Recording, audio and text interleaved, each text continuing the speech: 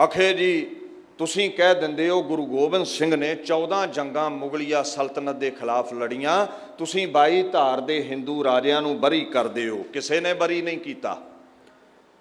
ਜਦੋਂ ਸਮਾਂ ਸੀਮਿਤ ਹੋਵੇ ਵਿਚਾਰ ਕਰਨ ਦਾ ਤੇ ਆਪਾਂ ਆਗੂ ਦਾ ਨਾਮ ਲੈਨੇ ਆ ਵੀ ਮੁਗਲਿਆ ਸਲਤਨਤ ਨਾਲ, ਔਰੰਗਜ਼ੇਬ ਨਾਲ ਗੁਰਾਂ ਨੇ 14 ਜੰਗਾਂ ਲੜੀਆਂ।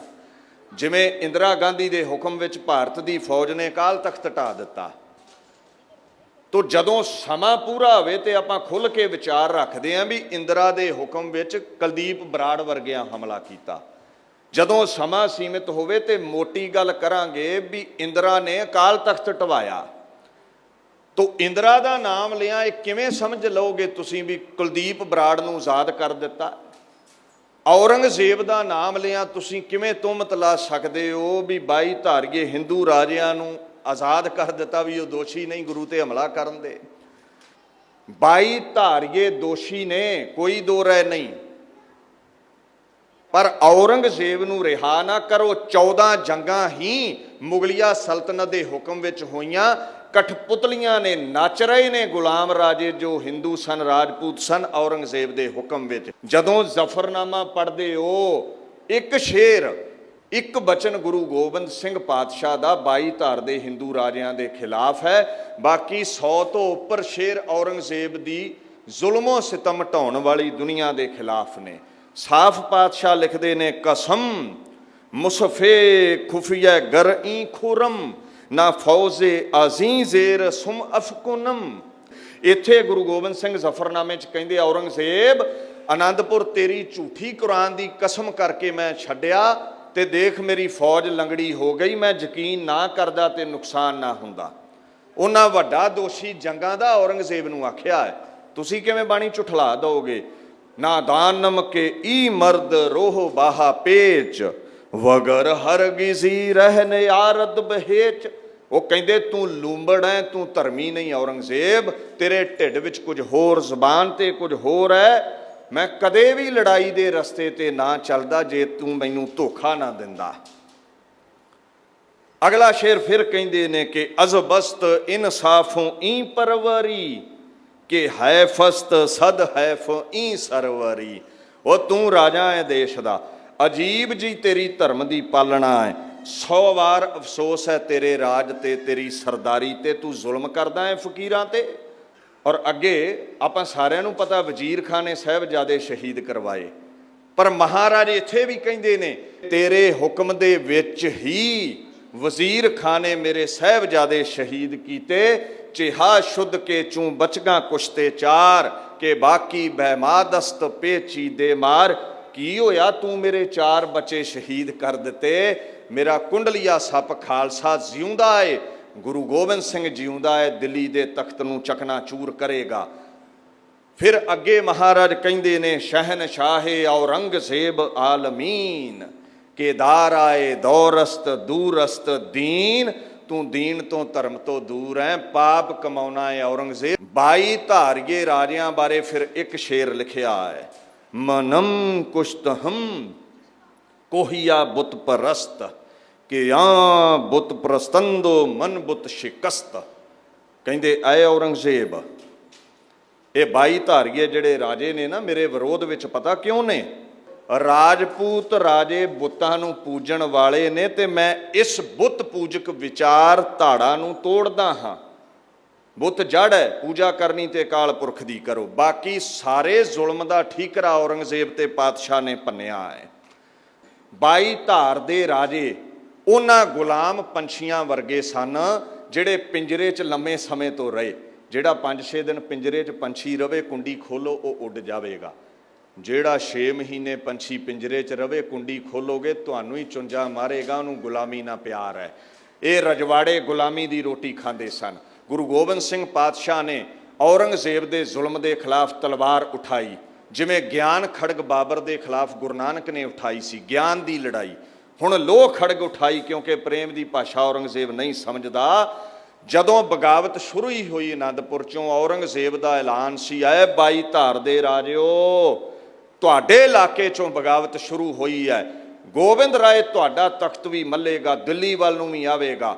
ਇਹ ਨਾ ਹੋਵੇ ਤੁਸੀਂ ਗੋਬਿੰਦ ਦੇ ਪੱਖ ਵਿੱਚ ਖਲੋ ਜਾਓ ਤੇ ਮੈਂ ਤੁਹਾਡੀ ਗੁਲਾਮੀ ਦੀ ਰੋਟੀ ਵੀ ਖੋਹ ਲਵਾਂ, ਤੁਹਾਨੂੰ ਮਾਰ ਦੇਵਾਂ। ਦੂਸਰਾ, ਆਪਣੇ ਤਖਤ ਦਾ ਵੀ ਰਾਜਿਆਂ ਨੂੰ ਡਰ ਹੈ, ਇਸ ਕਰਕੇ ਔਰੰਗਜ਼ੇਬ ਦੇ ਨਾਲ ਖਲੋਂਦੇ ਨੇ।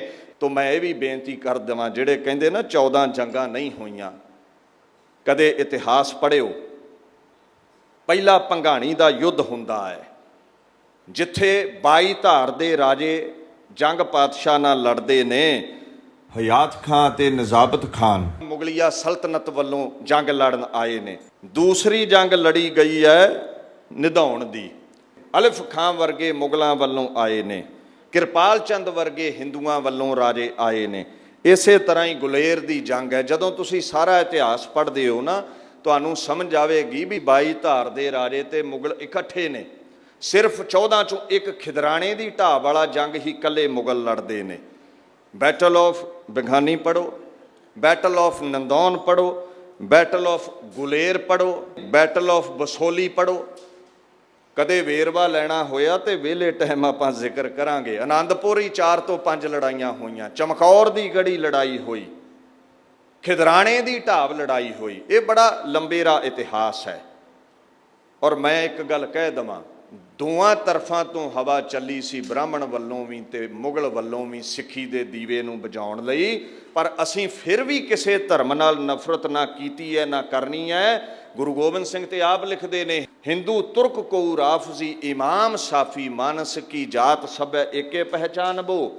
ਗੁਰੂ ਅਰਜਨ ਸਾਹਿਬ ਆਪ ਲਿਖਦੇ ਨੇ, ਏਕ ਪਿਤਾ ਏਕਸ ਕੇ ਹਮ ਬਾਰਕ ਤੂੰ ਮੇਰਾ ਗੁਰਹਾਈ। ਸਿੱਖ ਕਿਸੇ ਧਰਮ ਦਾ ਦੁਸ਼ਮਣ ਨਹੀਂ। ਜਿਹੜਾ ਕਹਿ ਦੇਣਾ ਇਹ ਜਿਹੜਾ ਸਮਾਗਮ ਕਰਵਾਇਆ ਗਿਆ ਭਾਰਤ ਸਰਕਾਰ ਵੱਲੋਂ, ਇਹ ਸਰਕਾਰੀ ਸਮਾਗਮ ਹੈ ਜੀ, ਮੇਰੀ ਇੱਕ ਗੱਲ ਦਾ ਖਿਆਲ ਰੱਖਿਓ। ਜਿਸ ਦਿਨ ਭਾਰਤ ਸਰਕਾਰ ਦੇ ਸਮਾਗਮ 'ਚੋਂ ਇਹ ਗੱਲ ਚੱਲੇਗੀ ਵੀ ਜੰਝੂ ਪਹਿਨ ਲੈਣ ਸਿੱਖ, ਅਸੀਂ ਵਿਰੋਧ ਕਰਾਂਗੇ।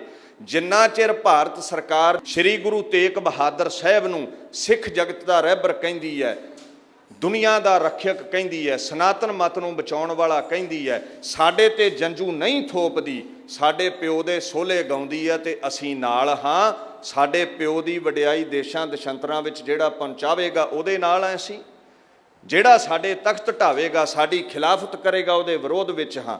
ਇੱਕ ਹੋਰ ਬੇਨਤੀ ਕਰ ਦੇਵਾਂ, ਜਿਹੜੇ ਕਹਿੰਦੇ ਨਾ ਜੀ ਇਹਨਾਂ ਸਟੇਜਾਂ ਤੋਂ ਪ੍ਰਬੰਧਕ ਕਹਿ ਦਿੰਦੇ ਨੇ ਜੀ ਇਹ ਕਥਾ ਕਰੋ, ਉਹ ਕਥਾ ਕਰੋ, ਵਿਚਾਰ ਲਈ ਖੁੱਲ੍ਹਾ ਸੱਦਾ ਹੈ। ਅਸੀਂ ਬਾਣੀ ਬਾਣੇ ਸਿਧਾਂਤ 'ਤੇ ਚੱਲਣ ਵਾਲੇ ਹਾਂ, ਨਾ ਕਿਸੇ ਪ੍ਰਬੰਧਕ ਦੇ ਕਹੇ ਵਿੱਚ ਚੱਲਦੇ ਹਾਂ। ਜੇ ਸਰਕਾਰਾਂ ਦੀ ਗੱਲ ਕਰਦੇ ਹੋ, ਜਿਸ ਦਿਨ ਭਾਰਤ ਵਰਸ਼ ਦੀ ਸਰਕਾਰ ਨੇ ਖੇਤੀ ਕਾਨੂੰਨ ਲਾਗੂ ਕੀਤੇ, ਇਸੇ ਬੰਗਲਾ ਸਾਹਿਬ ਦੀ ਸਟੇਜ ਤੋਂ ਦਾਸ ਨੇ ਪਹਿਲਾ ਵਿਰੋਧ ਕੀਤਾ ਹੈ। ਜਿਸ ਦਿਨ ਨਿਸ਼ਾਨ ਸਾਹਿਬ ਦਾ ਲਾਲ ਕਿਲੇ ਤੇ ਵਿਰੋਧ ਹੋਇਆ, ਇਸੇ ਸਟੇਜ ਤੋਂ ਦਾਸ ਨੇ ਕਿਹਾ ਜੇ ਨਿਸ਼ਾਨ ਸਾਹਿਬ ਨਾ ਝੂਲਿਆ ਹੁੰਦਾ ਤੇ ਅੱਜ ਤਿਰੰਗਾ ਨਾ ਝੂਲਦਾ।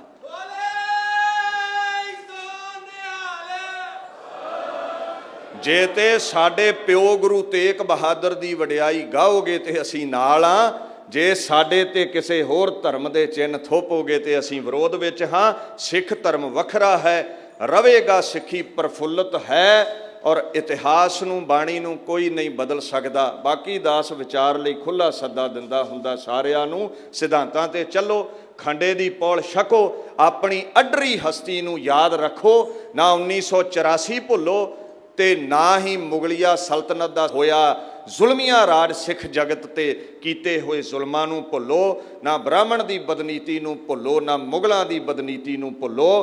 ਪੌਲ ਛਕੋ, ਖਾਲਸੇ ਦੇ ਚਿੰਨ੍ਹ ਧਾਰੋ, ਕੱਚ ਕੜਾ ਕਿਰਪਾਨ ਕੰਘੇ ਕੇਸ ਨੂੰ ਧਾਰ ਕੇ ਸਿੱਖੀ ਨੂੰ ਪ੍ਰਫੁੱਲਤ ਕਰੋ। ਗੁਰੂ ਦੁਆਰਾ ਹੋਏ ਸੋਝੀ ਪਾਏ ਸੀ, ਗੁਰੂ ਘਰੋਂ ਸੋਝੀ ਲਓ, ਜੀਵਨ ਸਫਲਾ ਹੋਵੇ।